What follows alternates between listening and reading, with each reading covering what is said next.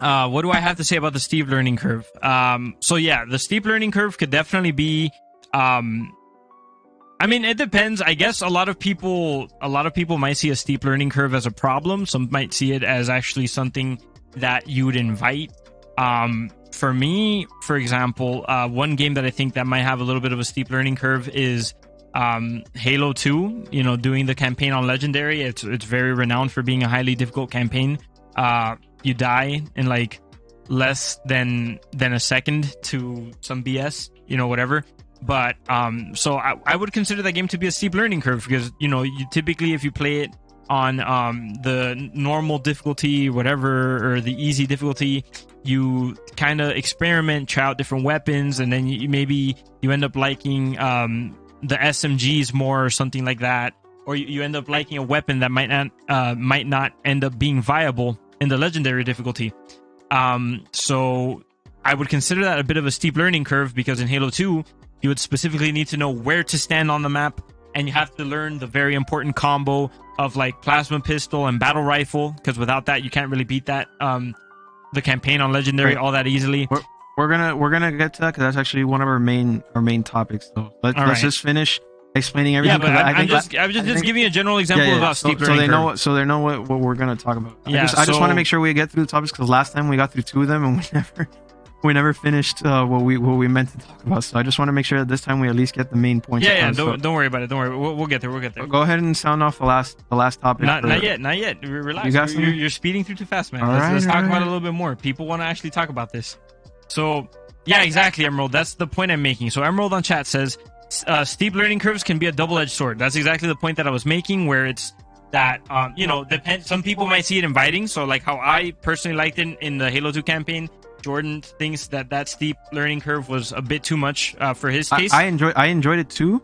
I'm just arguing that it might be too steep.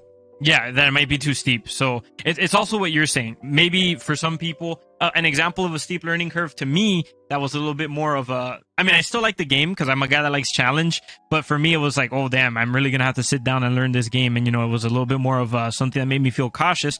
Was like for Devil May Cry 3. Or the first Devil May Cry, it had to put a lot of thought into that game, and that was an example of a steep learning curve that was a bit of a challenge. But I'm glad to see that you like them as well. Yeah, and I also wanted to add real quick, because we are going to talk about Devil May Cry. Devil May Cry 1 was considered to be a little unfair by those means, but it goes on the old school games where balancing wasn't really a thing. It was just more about like just getting the game out there. Oh, really? Devil May Cry 1 had that reputation for it? Yeah, it has a little bit of a reputation for that. Devil May Cry 3 was considered, I guess, like the best one, because with all the different styles, they actually took the time to balance the combat and do the different, you know, movesets. So it was a little bit more, I guess it was highly regarded in that respect, like for the combat, but they both, it's all debatable, you know. Specifically, Devil May Cry 1 had like the old school gaming issue where difficulty wasn't truly balanced. But there was also the issue of that camera. That camera was kind of wonky. Oh yeah, the camera also got in the way. Like that's old school games, you know. It is what it is. But there's also like removing too much of the challenge and the fun, where it just feels like you're going through a slog for the sake of going through a slog, which is seen a lot in games like Assassin's Creed and all that. But we will talk about that later. I don't want to sit here and endlessly roam on about how 80 hours on Assassin's Creed Valhalla was like probably not their best choice.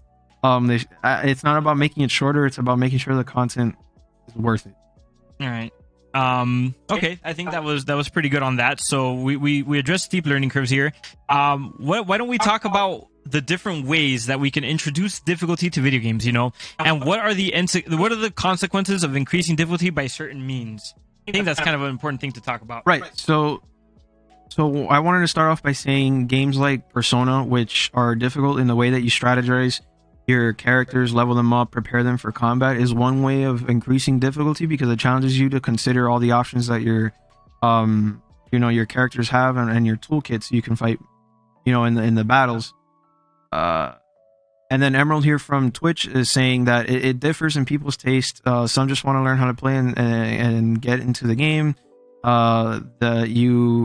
Those people that want to think about how to play and have fun time on a hard difficulty, like me and Mike. Right.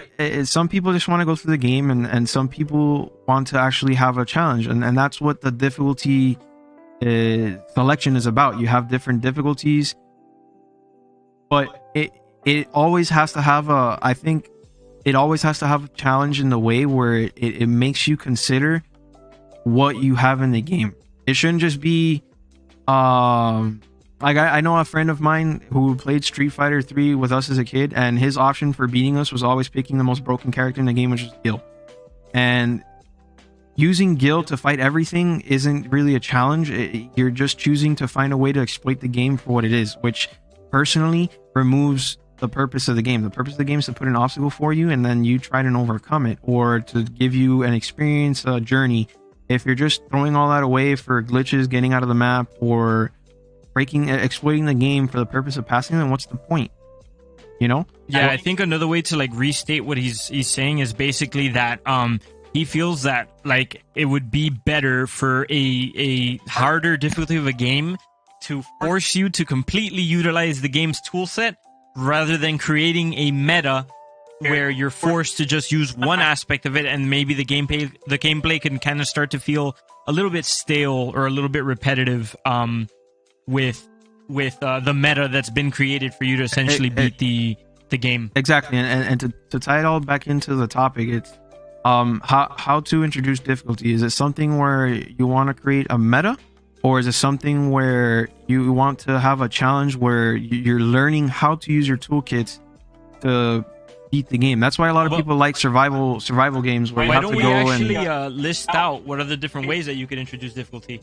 You know? Right. That's what I'm trying to point out. Like survival games are one way to put out difficulty, because you create yes, you create a mechanic where you can actually have permadeath, die by natural disasters or mechanics in the game. You know, survival games also will have you find resources. So right. If you're playing a survival game like Resident Evil, Silent Hill, maybe in an area where you're used to playing on easy, you'll find 20 bullets. Now maybe you only find 3, or you won't find any bullets there at all. And it tries to challenge you on using what's on the map. Another high difficulty game that a lot of people like, that personally I didn't enjoy, and maybe I just have to look at it differently, is the Doom series, because the whole game is based around you as a player studying the map, figuring out where to go, how to pick up the power-ups and the health packs, and when to pick up all the ammo to fight the enemies. And it kind of lets you strategize around the map. And then there's games like veteran Call of Duty, which, to be honest, veteran Call of Duty isn't really super hard, but it's just an example of like the game forces you to shoot at certain parts, and at certain parts it makes you follow a cut or a scene that it wants you to play out. I feel like it's basically like going through a play where you're at certain points the game just increases difficulty for no reason to make you hide behind a map and play out the scene so you don't go too fast, and sometimes it just lets you go nuts. It's not consistent difficulty. Oh, so look, Limes Lions on Twitch here brought up an interesting point. He said Minecraft added netherite armor, which made it too easy. It's dumb. So you see, that's an example of players right there wanting, I guess, not for the developers to not add something that would reduce the difficulty to that point. But I guess we could have a conversation about this towards the end. But I want to ask you something to keep in mind, maybe that we could discuss later. Is there challenges towards the end of Minecraft that maybe would really require you to have the netherite armor for it to work out well, or is it just dumb, like, period? Yeah. And then Omar Rivero 1997 here on Twitch said Doom 2016 is a masterpiece. Agreed.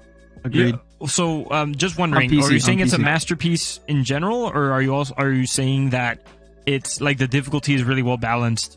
I heard it was really good, but I'm just curious as to what's the lens you're looking at this I think and Doom, for me, it's a masterpiece on PC. On console, I think they needed to work a little bit, because I don't think they put any aim assist, which kind of made it weird for me to enjoy it, because I'm used to playing Halo and COD and all that stuff that always have aim assist. So that was kind of a weird thing, but on PC it's perfect. It should not be changed. It is perfect.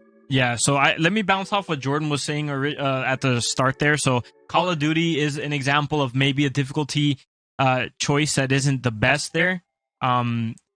So yeah, because all it really is just scripting harder. You know, like, oh, if you peek in a corner where they really don't want you to peek all that much, you could just instantly die, or if you don't follow the NPC close enough, you could just die.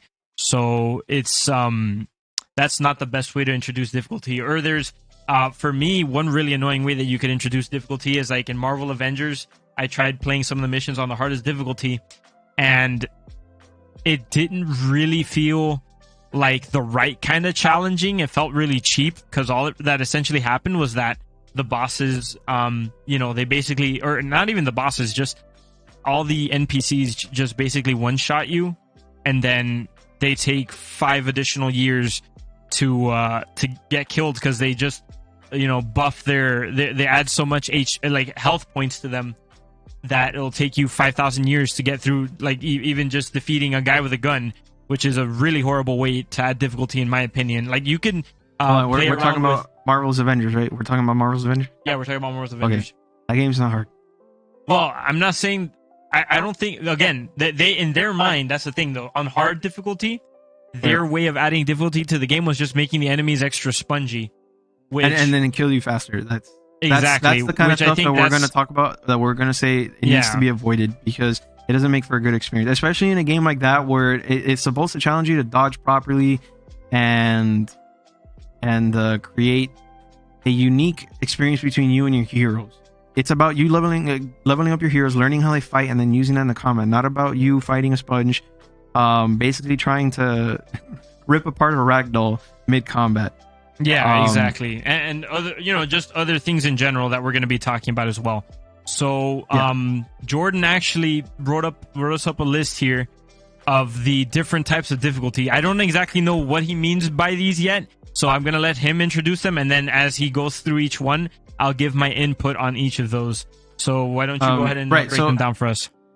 It was probably a little bit confusing in the way I wrote it in the topic list, but just to clarify, so there's different types of difficulty experiences that you have in different types of games. So there's obviously FPS difficulty, hacker slasher difficulty, there's RPG difficulty, pay to win difficulty, and then difficulty spikes. Rivero there said, by the way, that netherite armor is actually put in for the new boss that's being added in the next update.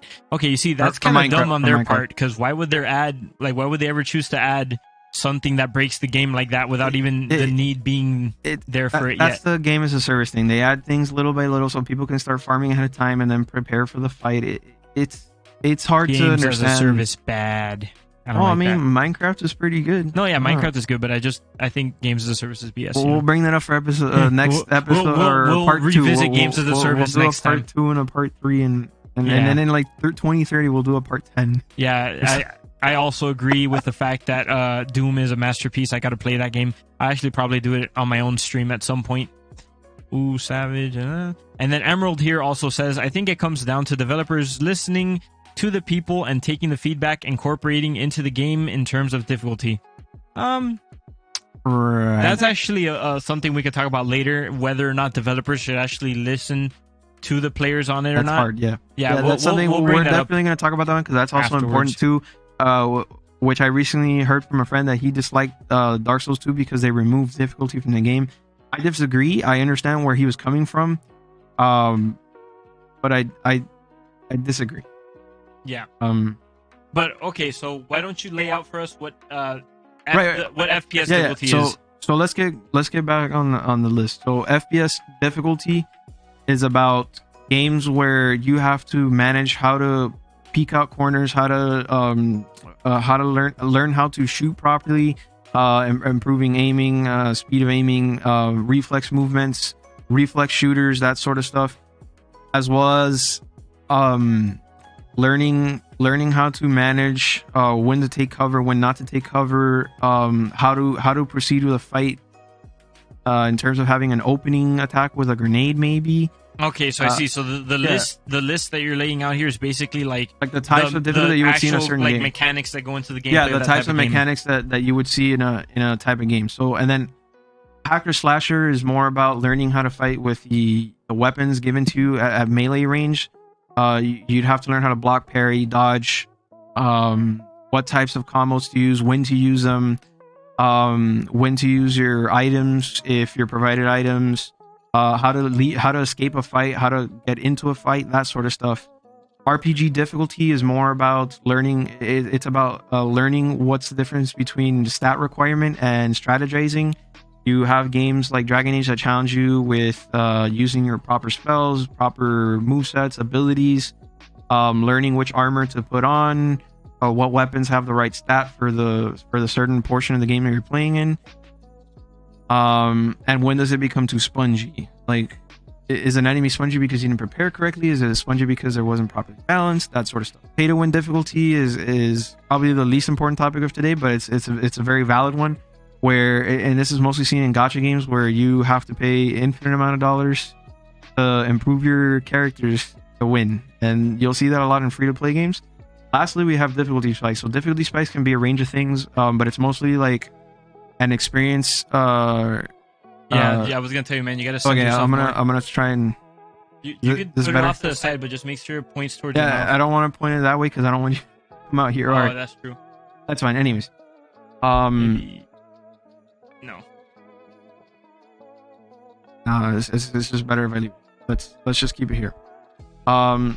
You have to point towards your mouth, Lastly, difficulty spike is it's a range of many things. So difficulty spike can be something where you're having a current experience and then it's just poorly balanced, where all of a sudden something becomes way too hard out of nowhere and it's not consistent.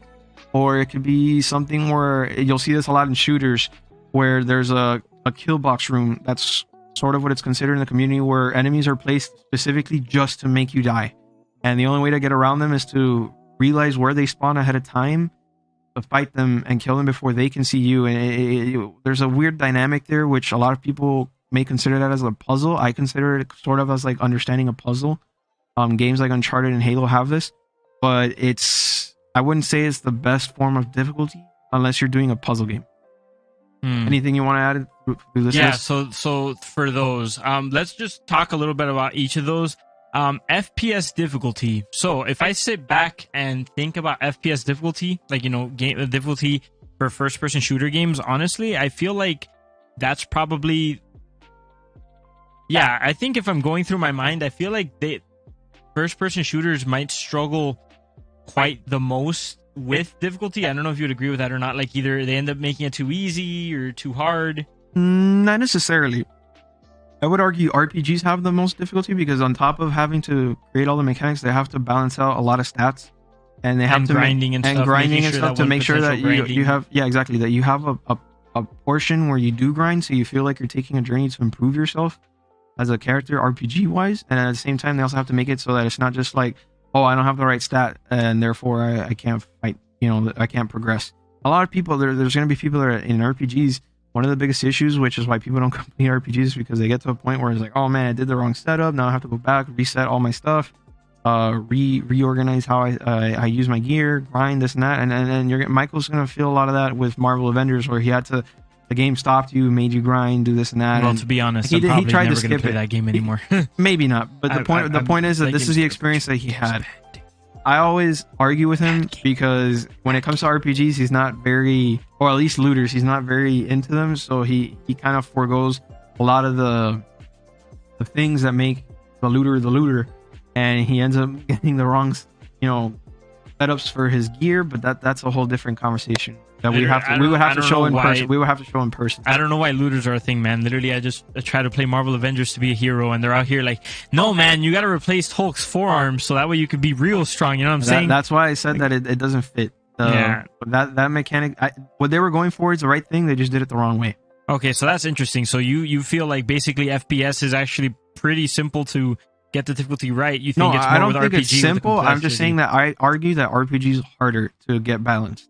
FPSs are still kind of hard to get balanced, which is why we see things like Halo 2 Legendary, Destiny, Heroic or Master, even Doom on Nightmare mode can sometimes be a nightmare at times. But at least Doom, they have a better option because they challenge you throughout the. It's debatable. What are example of games that you would say, like first-person shooter games that actually do a good job of getting their difficulty right? All right, that's a tough one. I mean, Doom, I know some people actually argue Doom is probably Halo, the best one. Really? Yeah. I'd say Doom to start. Halo 1 did a pretty good job, but Halo 1 did what Doom did, where it challenges you to go around the map and learn where the pickups are so you can strategize how you do your moveset. I think Halo 1 and Doom specifically, the new ones, have done a pretty good job of balancing difficulty for first-person shooter. Even Call of Duty, I think, does a pretty decent job at times. Yeah. It's just kind of, it's debatable because they do, like I said, they do situations where certain scenarios are just made to make you die. Well, I guess the thing about Call of Duty is that once you've played, I mean, how do I say this correctly? Because I'm not saying, a lot of the times, you know, obviously with Call of Duty, the campaigns are repetitive here and there, but there are those few Call of Duty campaigns that do innovate, at least in terms of Call of Duty. But I think once you, okay, so let me say a statement and then I'll kind of clarify what I mean once I say it. So when you've played a Call of Duty campaign on Veteran, I kind of feel like you've played them all. In what sense? So obviously I'm not saying that, like, you know, the Black Ops 3 campaign is the same thing as Black Ops 2 or Black Ops 1 in terms of like the events that happen in the campaign. But what I do mean when I say that when you've played a veteran campaign on Call of Duty, you've played them all, is that it's just basically comes down to knowing where the enemies are spawning from, you know, kind of preemptively just firing to get rid of as many NPCs as you can, and then taking cover super fast. So kind of going back to what Jordan was saying earlier, where, you know, the FPS difficulty really comes down to knowing your angles, you know, maybe perhaps choosing a better weapons, reloading at proper moments, getting behind cover at proper moments, knowing your positioning on the maps. And in Call of Duty, it tends to be actually pretty linear. So, you know, you just stay behind the box or a wall, maybe head glitch, that sort of stuff. And, Right. and if you do that, you'll typically get through every Call of Duty on Veteran. As long as you go where the game wants you to go, you follow the NPCs you have to, Right. you'll be fine. Right. It's a difficult topic because FPS games, there are the ones that do it right. And for example, one of the things that sucks in an FPS game, which I know a lot of people can probably relate to this, is the two weapon system. When you have an FPS shooter that gives you two weapons, and that's all you can use, and then you're forced to use one type of weapon, which is the meta weapon, it reduces the fun because it's like, oh, I like this type of weapon, or I want to use that one, and then you find out none of those are useful, and the only one that's useful is the meta one, and the one to use to supplement or support the meta, which is something that Halo 2 Legendary has, that we're gonna get to now.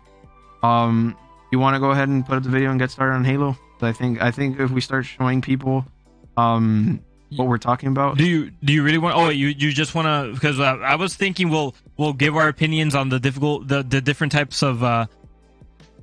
Okay, wait. I mean, we're gonna show them. I got examples of everything. Should we just, as we show. go through the list, then show examples of each of them? Is that what you want to do? Yeah, exactly. Okay, Yeah, so yeah, since we're on FPS difficulty, let's go ahead and pull up an example of one of the most infamous types of difficulty in first-person shooters. Yep. Halo 2. For those of you listening in through SoundCloud, Apple Music, and Spotify, we're gonna try and narrate as best as we can the difficulty and what's going on in the game. But feel free to also, you know, watch us on YouTube when you get a chance, so you can see more or less what we're talking about. It gives us more interactivity, and you guys can share your opinions with us as we go along, so we can improve the podcast. So are you sure you want to use this one? Because this one's just like an essay. It's like a video essay on the difficulty. We're gonna show the gameplay of it, so people can kind of see. So like, walkthrough. Yeah, just put a walkthrough on Legend. Yeah, because this is like an essay. All right, so let me see if I can pull up a good example here. Let me just check real quick, guys. I don't want to be talking about how hard this is, and then some guy in the background is like just going God mode. Yeah, we get some sweat. That's inevitable. It's unfortunately inevitable. There's always going to be people that they know what they're doing, and you're gonna see it here. This guy smoked past it in 30 minutes, so I don't think he's struggling really. Just put something like Legendary is too hard, so we can show an example. We're not trying to say that the game's easy or hard or it's too hard. We're just trying to explain what type of difficulty is right and what type of difficulty just becomes like just boring, gross. I don't feel like dealing with this, that sort of stuff. All right, this is a perfect example, I feel like, because I've seen this video before, and I know that this one will do a good job of doing what we need. So, just to break down what's going on the screen here, right? So, we already see that this guy has picked up a plasma rifle. Right now, he's using an SMG, but this is obviously not the most optimal way to play it. But look how careful he is, right? You could have seen that he could have gone through the glass balcony that was right in front of him, that glass rail on the stairs. And he chooses to run back as soon as the elite comes up, right? Normally, if it was like normal or easy, he just would have he just would have killed that red elite that popped up right there. But now look how careful he's playing, and he's like hiding behind stuff and really like strafing and being careful because the game just kind of forces him.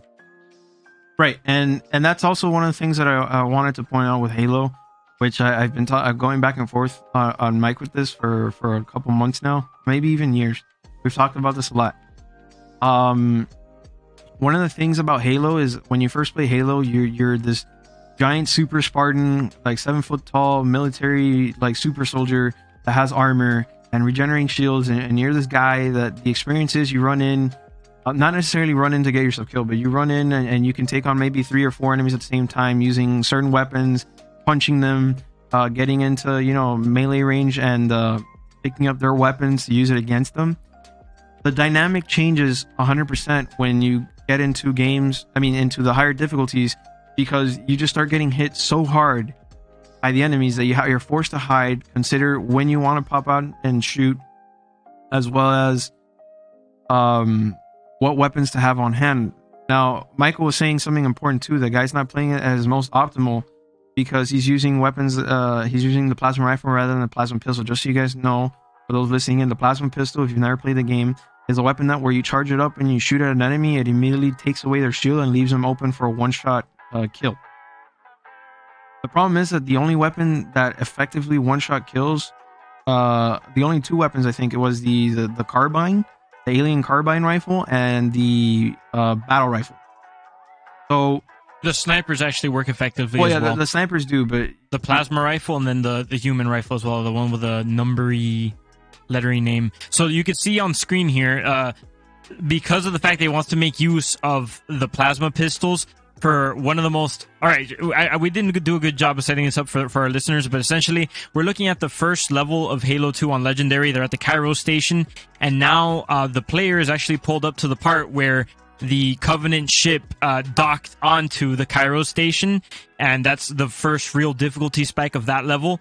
I was about to comment at the fact that he was using a strategy that you would typically not implement in the campaign, where he was constantly picking up a plasma pistol and swapping it out for another plasma pistol that he already had, for the sake of trying to bring along an extra plasma pistol, just because it's that meta in the Halo 2 campaign. And now, as you can see on the screen, he's really taking his time, peeking just to fire out a plasma pistol shot, being extra careful, and yeah, he's just having to be super careful because 1 or 2 bullets would already almost completely drain his shield, and then I think it's 1 more shot after his shield is gone and he's pretty much dead. But you know, this is something that a lot of people complain about, but as you can see, this player isn't a pro player by any means, and he's actually being able to get past it quite fine. Now, I presume though he's played the Legendary campaign before, so it might not be his first playthrough. But you know, I personally don't think it's all that bad if this guy, not being a pro gamer, can do it. It's within the reach of others to do it as well, and he wasn't even playing optimally up until this point either. Right, and the way that he's doing it, just to explain how he can do it, is that he learned how far the enemy's like the range of the enemy's sight is, for him to be able to hide. He's hiding in a catwalk right now, fighting enemies on the floor below. He's using the high ground. Using the high ground. I have the high ground. No, man, you got to do the voice right. It's over, Anakin. I have the high ground. Yeah, there you go. I gotta improve my voice work. So he has the high ground in this battle. He's using the plasma pistols from far away to try and get the enemies down to 1 shot and kill them. And then that's the strategy. It's be far away, hide, kill 1 or 2 enemies at a time. Be smart, try not to get overrun, and that's it. Where the game used to be this thing where you were all out, you know, figuring out when to, you know, take on a certain enemy and beat them up. You're now hiding in the background, and you're slowly but sluggishly moving throughout the level, taking your time. Of course, a pro player will always be a pro player, and they'll figure out ways to, you know, make it faster or break the game a certain way, but that's not what we're seeing here. What we're seeing here is simply just a guy using the same strategy over and over again. Plasma pistol, 1 shot to the head. Plasma pistol, 1 shot to the head. Maybe a plasma grenade here, another grenade there. But it mostly constitutes a hiding all the time. You're hiding all the time, but that's not what Halo was. The experience drastically changes to an opposite game from what it started off. has. Well, that's true, but I have to disagree with you on the fact that he was just plasma pistol and battle rifling. He just did that now when he entered that previous room in the Cairo station. And he's been doing it now because it seems like that's the only weapons that are available to him. But up until this point, there was a couple of times where I saw him pick up a regular pistol and then the plasma pistol at the same time. He had an SMG at some point, and now he's just where he switched to the battle rifle and the plasma pistol. But to be fair, I don't feel like Halo 2 has the biggest variety of weapons either, you know, especially in that first level. So, yeah, he might be doing that meta strategy right now, but up until that point, he was enjoying the game as however he wanted. And, you know, I understand where before maybe it felt like you were like this unstoppable machine that could just kind of go through and do what you want. But, you know, the thing about difficulty that you have to consider is that, obviously, if the game's harder, you're going to have to kind of maybe consider changing up how you're playing up until a certain point. Like if you were used to playing the game a certain way and now a higher difficulty requires you to switch that up for you to succeed, that's something that you should consider. You know, obviously this doesn't have to do with the Halo 2 gameplay that we have on screen now, but a good example of that would be when you showed me that you were playing Beyond Light the other week. You were kind of trying to be super confrontational with the boss and everything. And, you know, we took turns and I grabbed the controller and I kind of just did something different where I was being a little bit more, I avoided the boss a bit more and I almost ended up beating the boss that way. And then you got the controller after that, you applied the same strategy and then you actually got to beat the boss. So sometimes it just really requires you to kind of change your perspective on how you're playing for you to beat it. Now, could some people find it annoying that the best way to play is with the plasma pistol and the battle rifle? Sure. But I don't think you necessarily have to apply this strategy when you're playing it. I know I certainly did it when I was a kid. I didn't even know that. I thought, honestly, that the plasma pistol was worthless. And, yeah, everyone did at first. Yeah, and I actually managed to find a way to beat it. So I don't know. That's just one example of many, to be fair. Right, but again, it goes off to the thing. You're telling me that, but it amplifies the difficulty. And yeah, it does change. It's nice to have a change of strategy, obviously. And Destiny, that example is pretty good. But here's the thing versus Destiny and Beyond Light. Yeah, I needed to change my strategy, but it didn't make me strip away my toolset. Rather, it challenged me to use my toolset in a different way. If this game presented itself as something where you have to, you know, challenge yourself to shoot better, move faster, learn how to jump, when to do that, that's fine because it does. But the second you do that and you make even the slightest of mistakes, you immediately get sent, as you can see here as the video finally showed at the end there, you get sent back to the beginning of the level as soon as you die. So the punishment, that's because this player is playing. That's because this player is playing with skulls. There's a skull that does that. Oh, just it would actually have a checkpoint. So okay.